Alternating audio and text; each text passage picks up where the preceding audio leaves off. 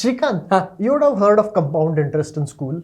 Of course, I was brilliant at maths. And then people would have told you that if you save money in a compound interest bearing account like an FD for a long time, then when you retire, you will be rich. Every single day since I turned 18, Correct, yeah. I have heard that. Every single day. That, of course, is the power of compounding. But today, I really want to talk about the fact that power of compounding is applicable to so many different aspects of our life, not just money. Right? Like what? Like knowledge, learning, your habits, your number of followers on your YouTube channel or your Instagram, and maybe cancer, right?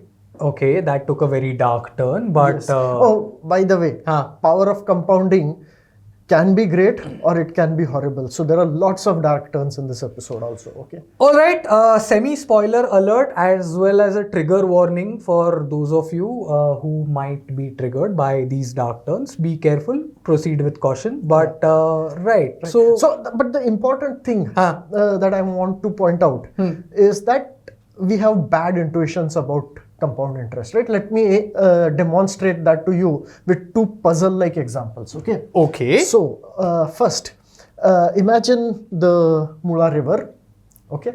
And there is water hyacinth, a weed. Every year. Right? Yeah.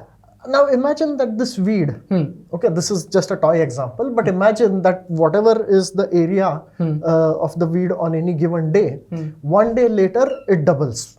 You know, the weed grows. And then 2 days later, it will be 4 times and so on, right? Okay. And in 30 days, the entire river 30 days. is Okay. covered, Okay. right? So how many days would it take for half the river to be covered? Half 15? Right. In fact, a lot of people think 15, and that is your system 1 thinking. Yeah. Right? System 1 versus System 2, one of the earliest episodes we did. Go check that out. And yeah. Of course, when you think about it a little more, you realize Yes. that because it is doubling every day, it would be half on day 29. Yeah. Okay.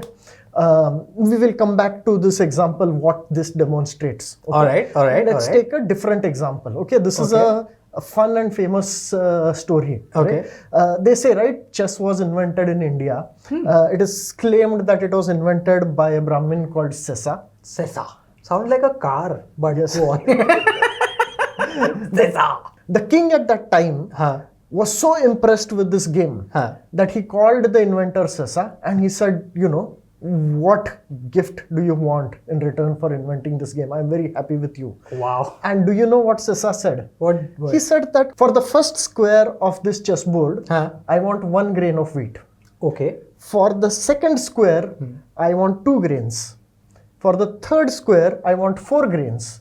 For the fourth square, I want 8 grains. And so on, and just up till 64.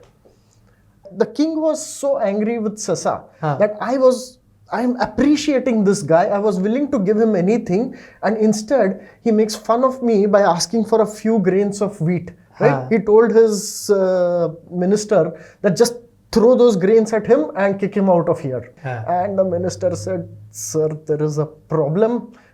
We don't have that much wheat." How much wheat was it? Stop the suspense. Just tell us. Okay, so I did some calculations, and according to my calculations, it is, if you take all the production of wheat all over the world today, not in Sissa's time when the population was like tiny. Today with with all the our enhancements and advancements and whatnot. everything, right? And you take the yearly production. This is. Can you guess what fraction of that yearly production is Sissa's requirement? 90%? Wrong. 360 times. That's not a fraction. That's not a fraction. Right? So that is the problem. Okay? We don't realize how fast exponentials grow. 64. By the way, this is called exponential because the formula, mathematical formula for any compound interest, if you remember, it is 1 plus r raised to n. Yeah. So that raised to n makes it an exponential. Yeah. In Sissa's story, the number of grains of rice is 2 raised to n, right? That's why it's an exponential. By the way, why are exponentials important? Do you remember? Because exponentials are important. They will show up everywhere, but last 3 years, we had a virus that was growing exponentially. Don't forget. Okay. Please, I'm trying to forget that. I mean, everybody's trying to forget that, but we can't really forget it, can we? But yeah, so that was example 2 to show that we have bad intuitions about. You didn't just show it, you Compounding basically growth. established it. Yeah. We have zero understanding of compounding. Clear, समझ गया. Water hyacinth or grains of wheat, we don't understand. So the two principles of compounding that I wanted to get at through these toy examples.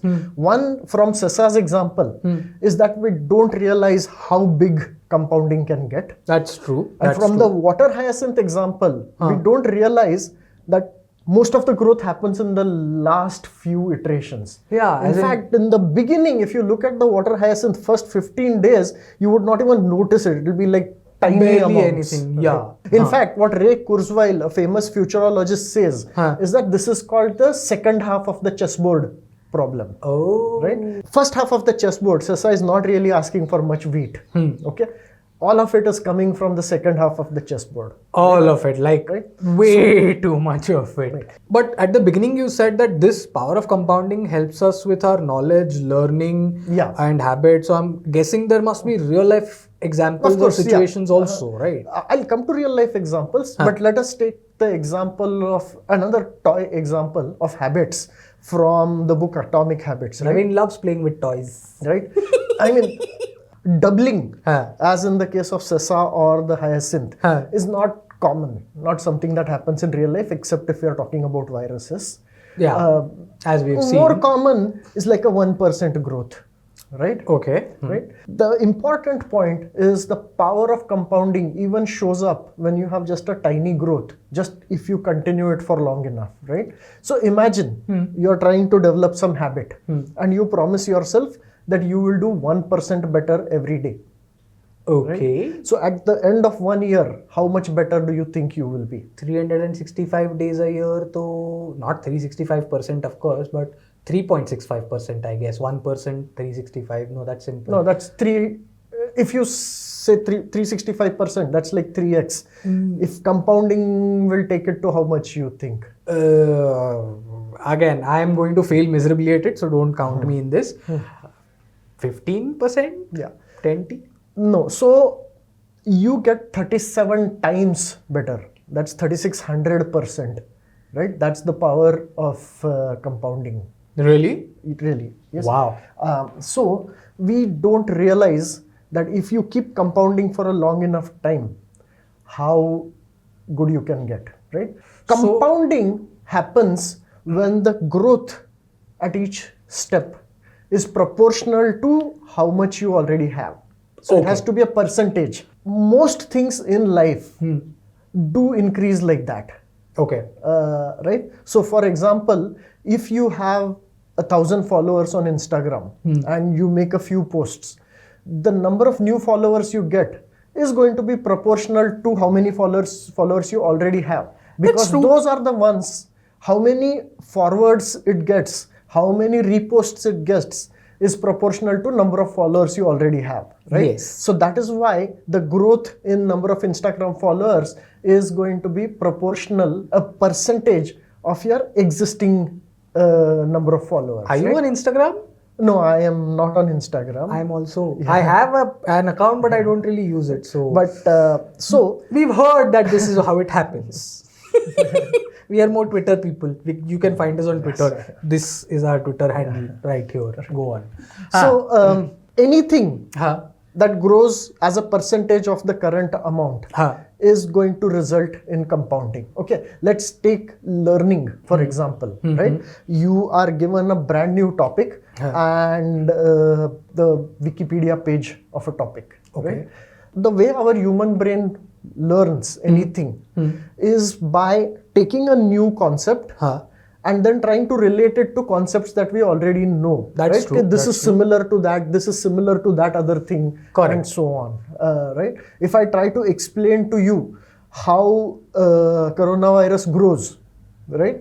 You will relate it to compound interest that you learnt in school and so on. Correct. Which also means that the more concepts you have already learned, the easier it is for you to form analogies for new things you are learning, and easier it is for you to grasp new things. So that is why you can learn faster.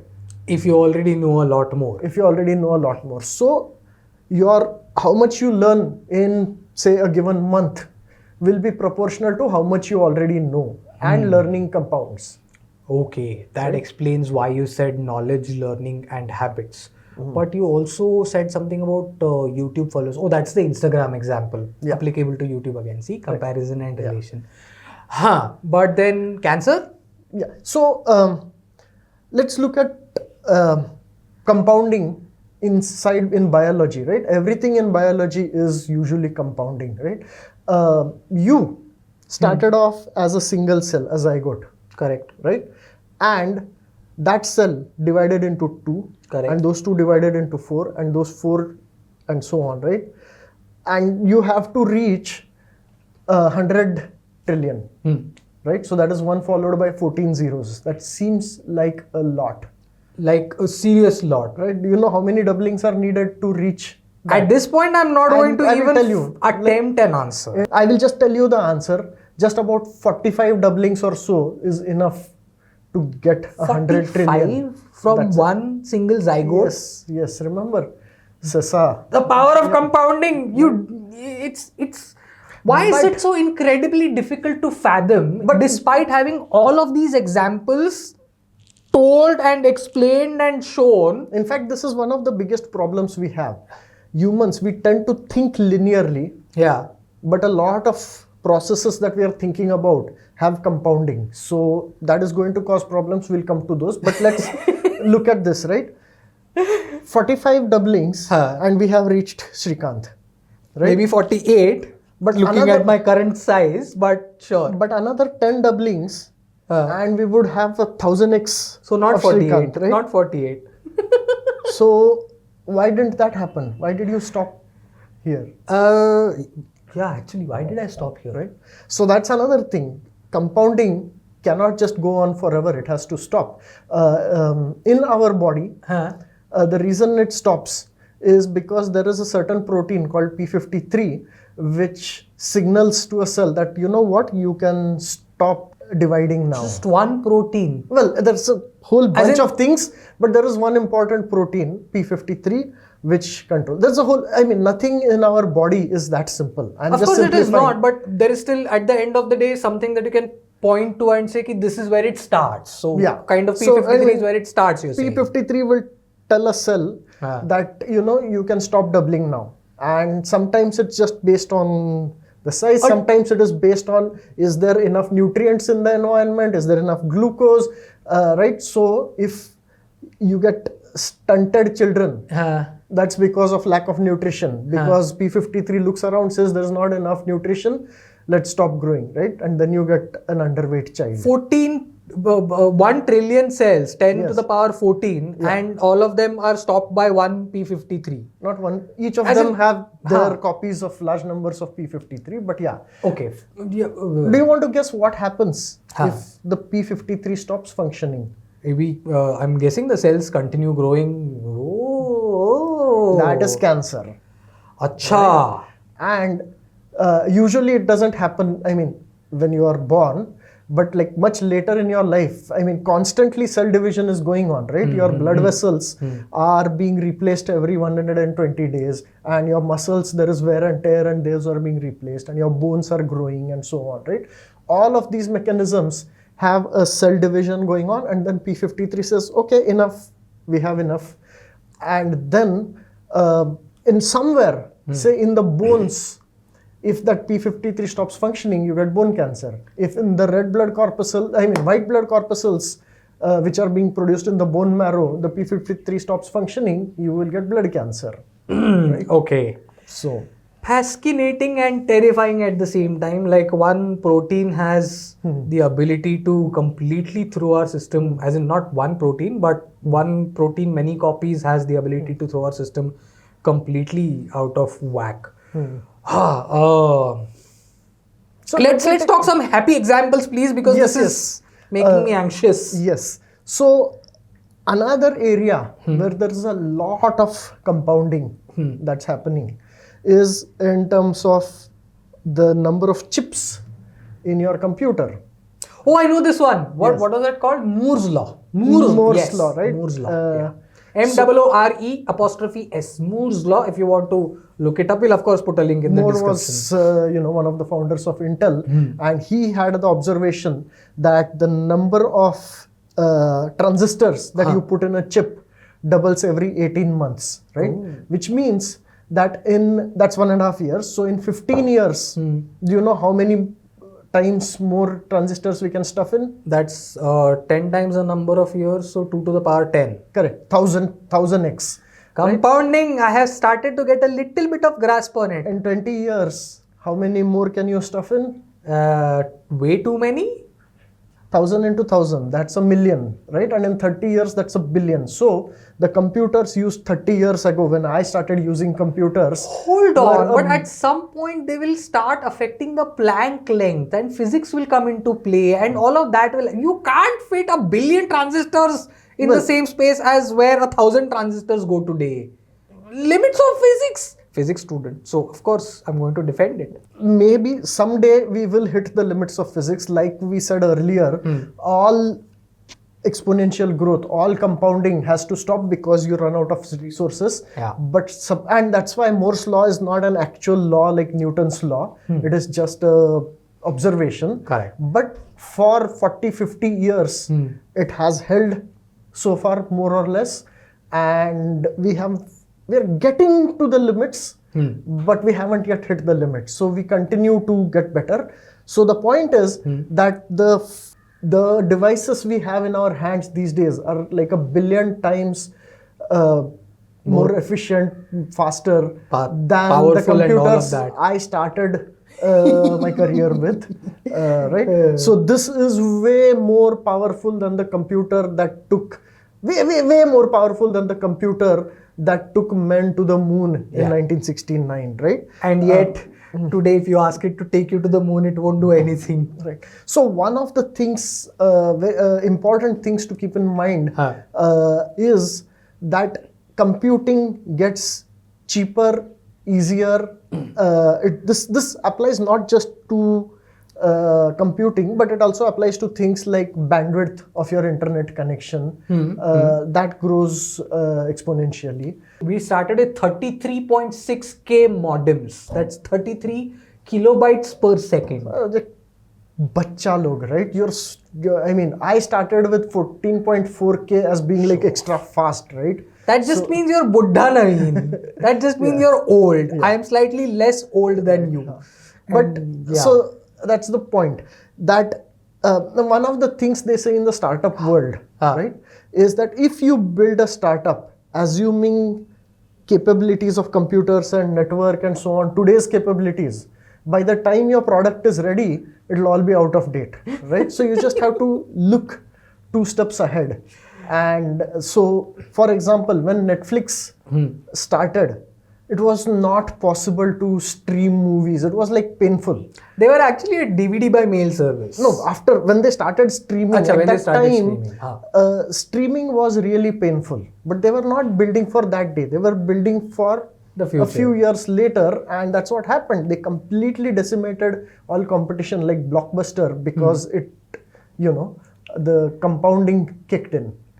Okay. So you have to think of what is compounding right now and then build or prepare yourself for the world 2 years from now. So my question to you was, can you think of what is compounding like crazy right now that you should pay attention to? The first thing that comes to mind is all of these AI-led developments. That is exactly what I had in mind, that what AI can do.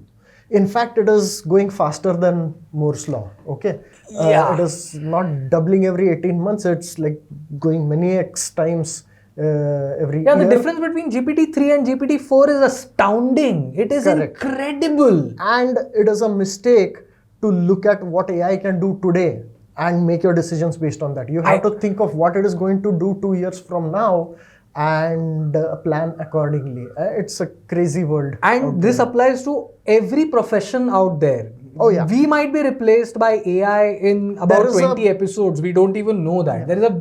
There is a possibility that you will be seeing generated versions of us while we are sitting in our chaddis and banyans at home, eating noodles and doing nothing. Actually, if it helps, OpenAI has come up with a helpful paper which gives a list of professions and how much of that profession is going to get automated by AI in the near future. This is like putting results on a notice board and seeing, have I passed? Fail?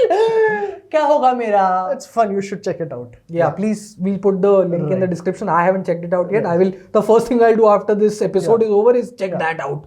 No, I want to still talk about a few more places where exponentials show up. Okay, and then after that, I want you to also tell me what happens when these exponentials eat up all the resources that are available, because that is bound to happen, right? We'll come to that, right? Okay. But there is an entire area of scams called multi-level marketing and pyramid schemes, right? So let's take one example of that, okay? This is something that used to happen in Russia, say like 100 years ago. Okay. And variations of it happen even today. Okay. So imagine a bicycle club. Okay. Imagine a bicycle costs 5,000 rupees. Okay. Okay. For 1,000 rupees, you get entry into the bicycle club. Okay. And the bicycle club allows you the following. Okay. You pay 5,000 rupees, you buy a bicycle, and you get 5 entry passes to the bicycle club, which you can sell to other people for 1,000 rupees each. Right? So see what has happened. You paid 1,000 rupees to get into the bicycle club. Correct. You paid 5,000 to get your bicycle, but you got 5,000 worth of tickets. You sold those tickets to 5 people. Correct. And you have now gotten a bicycle worth 5,000 in just 1,000 rupees. Correct. Okay. Now those 5 people, why will they bother to buy these tickets? Because they get the same deal. They get the same deal. They will be able to use that ticket to get a bicycle for 5,000 and then sell it to 5 other. Oh, I see it. Right. So you can see why people would be so excited, like getting a bicycle for 1,000 rupees, which is worth 5,000. I am not excited. I am already looking 2 steps ahead. Compounding. Remember, we've been speaking about compounding all this time. Yeah. So where does this break down? This breaks down, I think, by number 6, most likely, as in the 6th level of people, because the first person sells it to 5 people, the next one sells it to 5 square 25. 125, 625, 3125, and 15, Why do you know all of the powers of 5? And what is wrong with your brain? This guy has like the randomest of information stuffed in his brain. In a small number of steps. Correct. Right? These people will run out of customers for the bicycle club. And that is what I was asking when I said. Not because the bicycle club is not interesting. Correct. But because there are no more people left in India or the world for that matter, right? So that's, I mean, every exponential has to run out of resources. Here, resources are the number of people buying bicycles. Right? So similarly, you might have heard of pyramid schemes, multi-level marketing companies, which say, you know what? You buy products from us. We are cutting out all the middlemen. You buy products from us. And then you convince somebody else to join and you get commission for selling it. And you convince somebody else to join, you get a fraction of their commissions. And if they get someone else to join, you get a fraction of their commissions and you can be rich. Right? And the only person getting rich is the person at the top who started this entire commission business. First 2-3 levels. Imagine the bicycle club, right? The first guy, the next 5 guys, the next 25, 125, 625, a lot of them would have gotten their bicycles. Yeah. It's only the lower levels, which is where most of the people are, though, by the way. Those are the ones who are stuck with tickets they cannot sell, right? So the first few levels get rich and their stories will be all over, right? Those stories are the ones that are going up in press releases and Instagram and this and that, right? Yeah. The bulk of the people are going to lose money. Correct. Right? Because that's how pyramid exponential works. Intuitively, we don't understand compounding, and that's why we make mistakes. So I think it might be useful to go through a list of principles that you should remember, please, as far as compounding is concerned, right? Absolutely, please. Right? So first, and very important, right? That we think linearly, right? So if we say that in 10 years, I want to have, 1 crore rupees, then you expect that first year will be 10 lakh, second year will be 20 lakh, third year will be 30 lakh, and so on, right? That's linear thinking. If it was actually earning money is also an exponential system, like a compounding system. Okay. So what is going to happen is that the growth is going to be flat, not flat, but very slow initially. And remember the second half of the chessboard. Most of it is going to be in the last 2-3 years, right? So keep at it and then watch it finally explode in the second half of in the fact, chessboard. what happens in the first half is that the returns that you are getting will be far lower than what you were expecting, because you were expecting linear and the returns are low. What happens in the second half is that the returns will be far higher than what you were expecting linearly. Because right? I'm guessing that the first half is basically spent in collecting the corpus that will then grow exponentially, Yes. as in that will then suddenly explode. Explode, because you have this corpus and now this corpus is going to double or whatever. So this is actually true in some sense of any business that you create or a startup or something, right? That initially first 2-3 years are going to be a struggle because the number of customers is a compounding growth. The amount of money you make is a compounding growth. The amount of publicity you get is also compounding. So the first few years are going to be worse than what you expected. But only when you stick to it, that things suddenly get much smoother later on. Right? This suddenly gives a whole new meaning to the idea of viral growth. Oh, absolutely. Suddenly going viral. It's not sudden that you go viral. It's basically that things have been building in different ways, and then one particular moment where the growth goes hockey stick. Not a moment, but it looks like to us like a moment. When it crosses over from so that initial period, you're going to be a little worried about what is happening, and then once it crosses the part where linear expectations exist and goes into a hockey stick kind of a thing is where so one very famous example people give of the power of compounding like this and the slow start and the fast growth is Warren Buffett, right? He is, one of the richest men in the world, and net worth of, more than 80 billion. Yeah. Most of that was accumulated after his 50th birthday. He started his investments at the age of like 23 or something like that. Most of his wealth came after the age of 50. And in fact, of his 80 billion, 70 billion came after his 65th birthday, right? After he retired. Yeah. Right? So that is the slow start and second half of the chessboard, right? A different way of saying this, and I like saying this for many, many things, is what is called the Bill Gates principle. Okay. Which is that we overestimate what we can achieve in 1 year and we underestimate what we can achieve in 10 years. The reason is because our estimates are linear. Okay. And usually what we are trying to achieve is compounding, right? So the first few years are going to be underwhelming. It's called the valley of disappointment. And the last 3-4 years of the 10 are going to exceed your expectations like crazy. So what I say is do not make 1 year and 2 year plans. Make 10-year plans.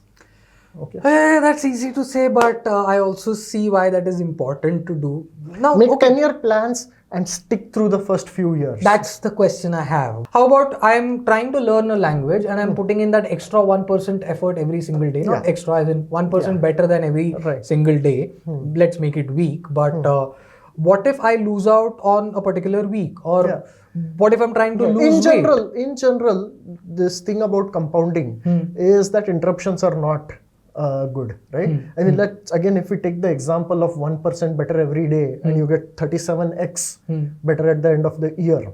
Now, suppose you said, I'm going to relax on weekends. So I'm doing 1% better every weekday. Okay. So out of 7 days, 5 days you're doing for the whole year. Now, instead of 37x better, you are not getting like 27x better. No. It falls down to 13x better only. That is more importantly, if the weekends when you skip, not only do you not make any progress, but usually when you take a break, you also slide back a little bit, right? So if you assume that 5 weekdays you are getting 1% better every day, and then the 2 weekends you are getting 1% worse each day. Okay. Then you'll only be 4x better at the end of the year, right? So interruptions are bad. What you have to do is keep going, right? Okay.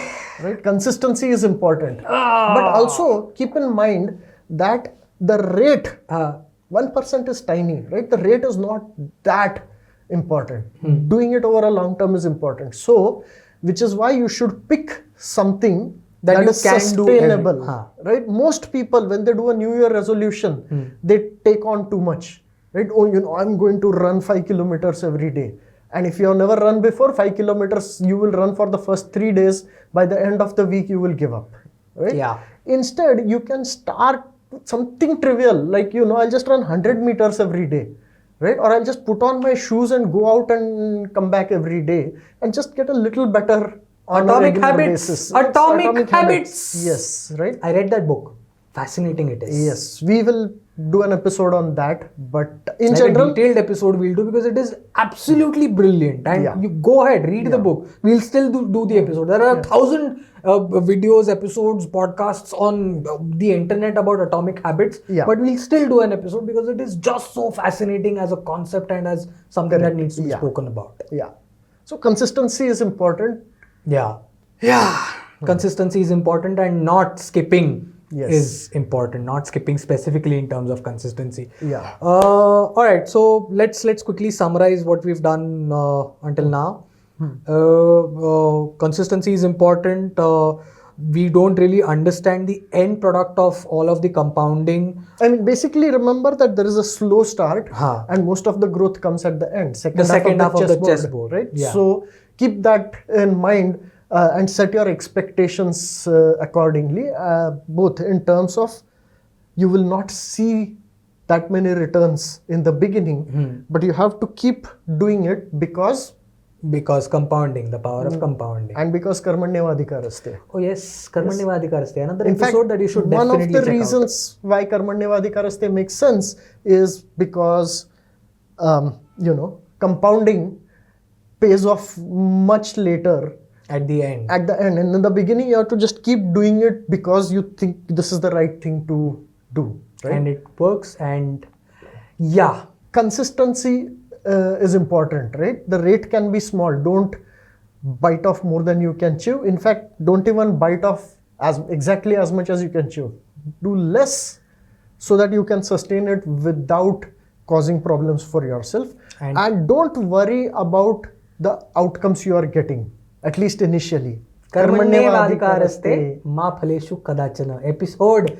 Check it out and let us know what you thought of that episode, this episode, and all our episodes. We love comments. We love listening to you. We love all your love that you shower on us. Shrikant, Naveen, this is FutureIQ. Thank you. Thank you for watching till the end. If you liked this episode, check out these others. You might like them also. And please share with your friends. I'm sure they will also like these. Thank you.